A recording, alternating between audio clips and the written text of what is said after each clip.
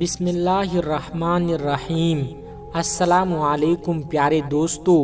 یہ بات ہے 6 ہجری کی، جب مکہ میں رہنے والے دشمن اور مدینہ شریف میں رہنے والے مسلمانوں کے بیچ ایک پیس ٹریٹی ہوئی، یعنی ایک قرار نامہ ہوا، یعنی ایک ایسا معاہدہ، ایک ایسا ایگریمنٹ ہوا تھا، ایک ایسا سمجھوتا ہو گیا تھا جس سمجھوتے کو ہم صلح حدیبیہ کے نام سے جانتے ہیں۔ صلح حدیبیہ کے بعد جب مسلمان مکہ والوں کی طرف سے بے فکر ہو گئے تھے تو پھر آخری پیغمبر یعنی حضرت محمد صلی اللہ علیہ وسلم نے یہ ارادہ فرمایا کہ وہ رومن اور پرشین جیسی بڑی بڑی سلطنت، بڑے بڑے سامراجوں کے بادشاہوں کو خطوط کے ذریعے سے اسلام کی دعوت دیں گے۔ جب آپ سرکار دو عالم حضرت محمد صلی اللہ علیہ وسلم نے خطوں کو لکھنے کا فیصلہ کیا تو آپ کے ارد گرد موجود لوگوں نے، آپ کے پیارے صحابہ کرام نے اور آپ صلی اللہ علیہ وسلم کے دوستوں نے آپ سرکار کو یہ مشورہ دیا کہ دراصل رومن، پرشین جو بڑی بڑی سلطنتیں ہیں، ان کے جو بادشاہ ہیں یا اس جیسی دوسری سلطنتوں کے جو بھی بادشاہ ہیں، وہ آپ کے خطوط کو تبھی قبول کریں گے جب ان پر کوئی مہر وغیرہ لگی ہوئی ہوگی، تاکہ وہ دیکھنے سے آتھینٹک یعنی کہ بالکل سچا معلوم ہو جائے، ورنہ ایسے تو کوئی بھی کسی کے نام سے کسی بھی خط کو لکھ کر کسی بھی شخص کے پاس بھیج سکتا ہے۔ لہٰذا صحابہ کرام کے مشورے پر آپ صلی اللہ علیہ وسلم نے اپنے نام کی ایک انگوٹھی بنانے کا فیصلہ کیا۔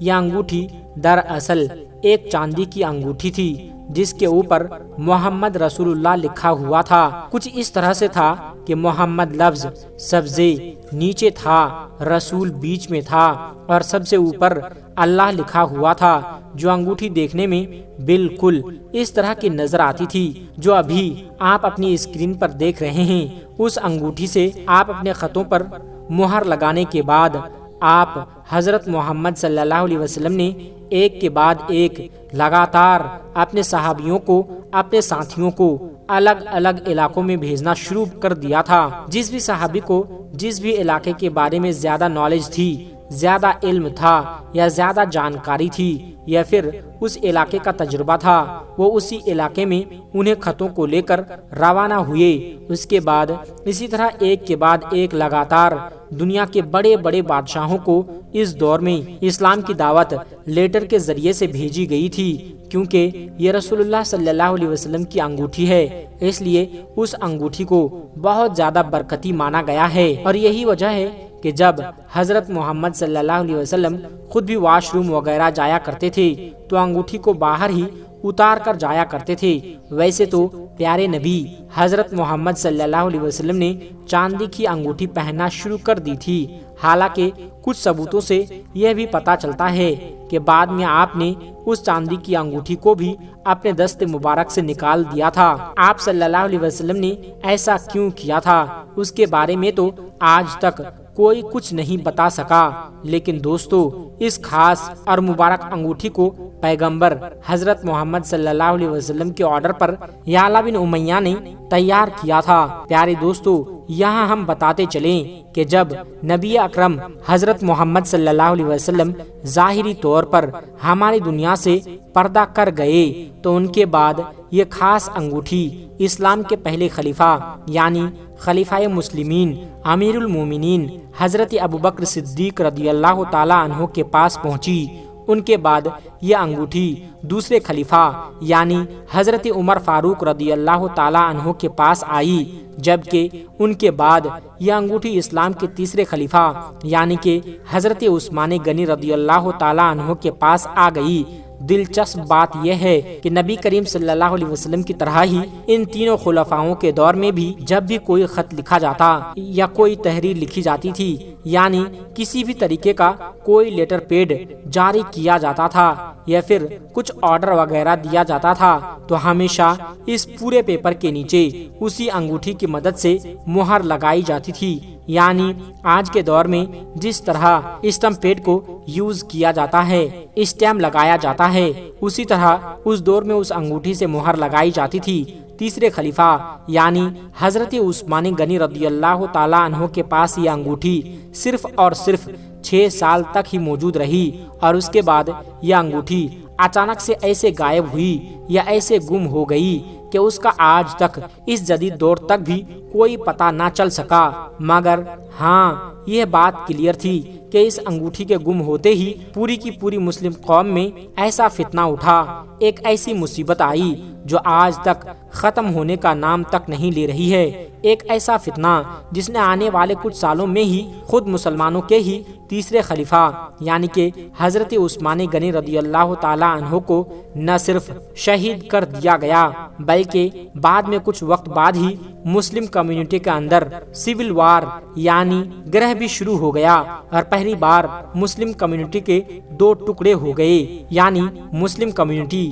2 ٹکڑوں میں بٹ کر رہ گئی۔ دراصل ہوا کچھ یوں تھا کہ ایک مرتبہ تیسرے خلیفہ یعنی کہ حضرت عثمان غنی رضی اللہ تعالی عنہ اور حضرت مقیب ایک کنویں کے پاس بیٹھے ہوئے تھے۔ دراصل وہی کنواں تھا جو مسجد قباء کے پاس موجود ہے۔ ان دونوں میں سے ہر ایک انسان ایک دوسرے کو انگوٹھی پکڑا رہا تھا۔ دیکھنے کے بعد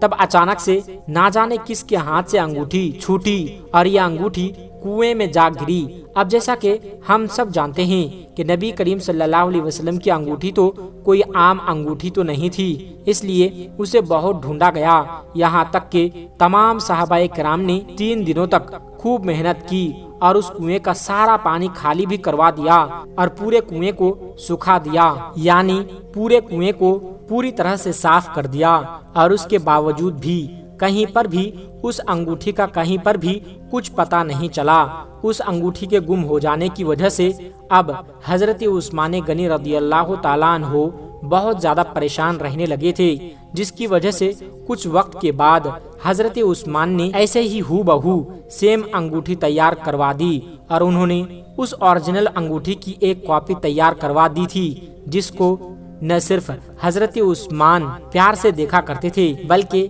اپنے خلافت کے کاموں میں بھی اسی مہر کو استعمال بھی کیا کرتے تھے۔ مگر جب حضرت عثمان غنی رضی اللہ تعالیٰ عنہ کو شہید کیا گیا تھا تو اس وقت ان کی یہ ڈپلیکیٹ انگوٹھی ان کی ہی انگلی میں موجود تھی، اور اس کے بعد انگوٹھی کہاں گئی یہ بھی آج تک کسی کو نہیں پتا چلا۔ تو اسی طرح وقت کے ساتھ ساتھ ہی نہ صرف اوریجنل بلکہ اس کی کاپی بھی ہمیشہ کے لیے کہیں غائب ہو گئی تھی، اور پھر پتہ ہی نہیں چل سکا کہ آخرکار وہ دونوں انگوٹھیاں گئی ہی کہاں۔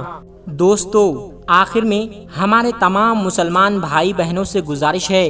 کہ اس چینل کو بنانے کا ہمارا مقصد یہ ہے کہ جتنے بھی ہمارے ہندوستانی بھائی بہن ہیں، چاہے وہ ہندو ہو یا مسلمان، سب کو اسلامی اور سبق آموز واقعہ سنا کر ان کا ایمان تازہ کرنا ہے اور سب لوگ اس سے کچھ نصیحت حاصل کر سکے۔ اور یہ بات بھی ہے کہ دین اسلام کی باتوں کو عوام اور مسلمانوں تک پہنچانا ثواب کا کام ہے، اس لیے اس ویڈیو کو ایک لائک کر کے اپنے قریبی دوستوں تک شیئر کر کے ثواب کا کام ضرور کرے۔ دوستو، آج کی ویڈیو میں بس اتنا ہی۔ اگر آپ کو یہ ویڈیو ذرا بھی اچھی لگی ہو تو آپ ہمیں سپورٹ کرنے کے لیے چینل کو سبسکرائب ضرور کر لیجئے گا۔ اللہ تبارک و تعالی سے دعا ہے کہ ہمارے جتنے بھی مسلمان بھائی بہن اس ویڈیو کو دیکھ رہے ہیں اسے سیدھے راہ پر چلنے کی توفیق عطا فرمائیں اور اسے ہر ترقی سے مالا مال کر دے۔